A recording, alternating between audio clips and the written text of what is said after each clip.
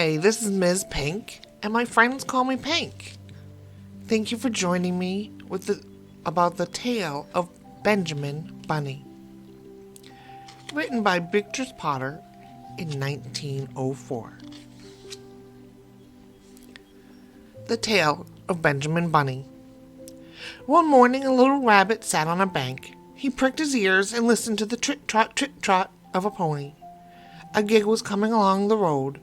It was driven by Mr. McGregor, and beside him sat Mrs. McGregor in her best bonnet.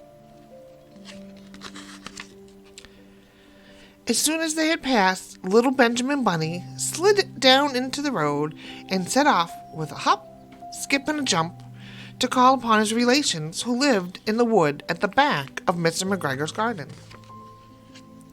That wood was full of rabbit holes, and in the neatest, sandiest hole of all lived Benjamin's aunt and his cousins, Flopsy, Mopsy, Cottontail, and Peter. Old Mrs. Rabbit was a widow. She earned her living by knitting rabbit wool mittens and muffets. I once bought a pair at a bazaar. She also sold herbs and rosemary tea and rabbit tobacco, which is what we call lavender. Little Benjamin did not very much want to see his aunt. He came around the back of the fir tree and nearly tumbled upon his cousin Peter. Peter was sitting by himself. He looked poorly and was dressed in a red cotton pocket handkerchief. "Peter," he whispered little Benjamin, "who has got your clothes?" Peter replied, "The Scarecrow in Mr. McGregor's garden," and described how he had chased about the garden and had dropped his shoes and coat. Little Benjamin sat down beside his cousin and assured him that Mr. McGregor had gone out in a gig, and Mrs. McGregor also, and certainly for the day, because she was wearing her best bonnet. Peter said he hoped that it would rain. At this point, old Mrs. Rabbit's voice was heard inside the rabbit hole, calling, "Cottontail, Cottontail, fetch me some more chamomile." Peter said he thought he might feel better if he went for a walk. They went away, hand in hand, and got upon the flat top of the wall at the bottom of the wood. From here, they looked down into Mr. McGregor's garden. Peter's coat and shoes were plainly to be seen upon the Scarecrow, topped with an old hat of Mr. McGregor's. Little Benjamin said, "It spoils people's clothes to squeeze under a gate. The proper way to get in is to climb down a pear tree." Peter fell down head first, but it was of no consequence as the bed below was newly raked and quite soft. It had been sown with lettuces. They left a great many odd little footmarks all over the bed, especially little Benjamin Bunny, who was wearing clogs. Little Benjamin said that the first thing to be done was to get back Peter's clothes, in order that they might be able to use the pocket handkerchief. They took them off the Scarecrow. There had been rain during the night. There was water in the shoes, and the coat was somewhat shrunk. Benjamin tried on the hat, but it was too big for him. Then he suggested that they should fill the pocket handkerchief with onions as a little present for his aunt. Peter did not seem to be enjoying himself. He kept hearing noises. Benjamin, on the contrary, was perfectly at home and ate a lettuce leaf. He said that he was in the habit of coming to the garden with his father to get lettuces for their Sunday dinner. The name of little Benjamin Bunny's papa was Old Mr. Benjamin Bunny. The lettuces certainly were very fine. Peter did not eat anything. He said he should like to go home. Presently he dropped half the onions. Little Benjamin said that it was not possible to get back up the pear tree with a load of vegetables. He led the way boldly towards the other end of the garden.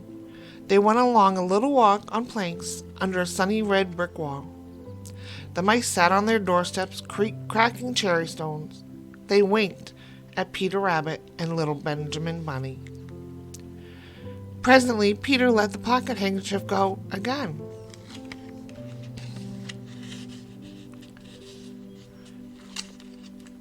They got amongst flower pots and frames and tubs.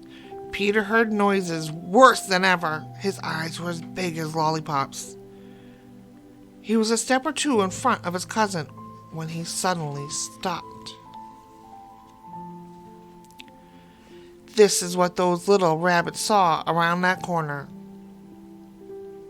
A cat. Little Benjamin took one look, and then in half a minute and less than no time, he hid himself and Peter and the onions underneath a large basket. The cat got up and stretched herself and came and sniffed at the basket. Perhaps she liked the smell of onions. Anyway, she sat down upon the top of the basket. She sat there for 5 hours. I cannot draw you a picture of Peter and Benjamin under the basket because it was quite dark, and because the smell of the onions was fearful. It made Peter Rabbit and little Benjamin cry. The sun got round behind the wood, and it was quite late in the afternoon, but still the cat sat upon the basket. At length there was a pitter-patter, and some bits of mortar fell from the wall above. The cat looked up and saw old Mr. Benjamin Bunny prancing along the top of the terrace. He was smoking a pipe of rabbit tobacco and a little switch in his hand. He was looking for his son.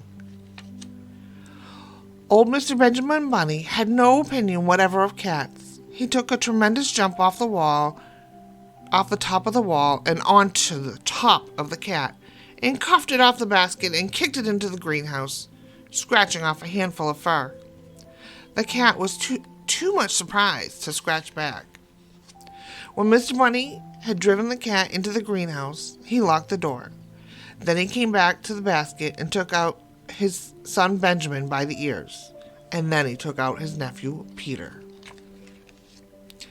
Then he took the handkerchief of onions and marched them straight out of the garden.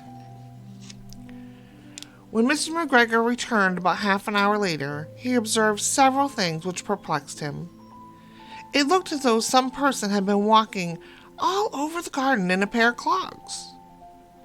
Only the footmarks were too ridiculously little. He also could not understand how the cat could have managed to shut herself up inside the greenhouse, locking the door upon the outside. When Peter got home, his mother forgave him because she was so glad to see that he had found his shoes and coat. Cottontail and Peter folded up the pocket handkerchief, and old Miss Rabbit strung up the onions and hung them from the kitchen ceiling with the bunches of herbs and the rabbit tobacco that we call lavender. The end. Thank you for listening to the tale of Benjamin Bunny, and until next time, keep pushing play.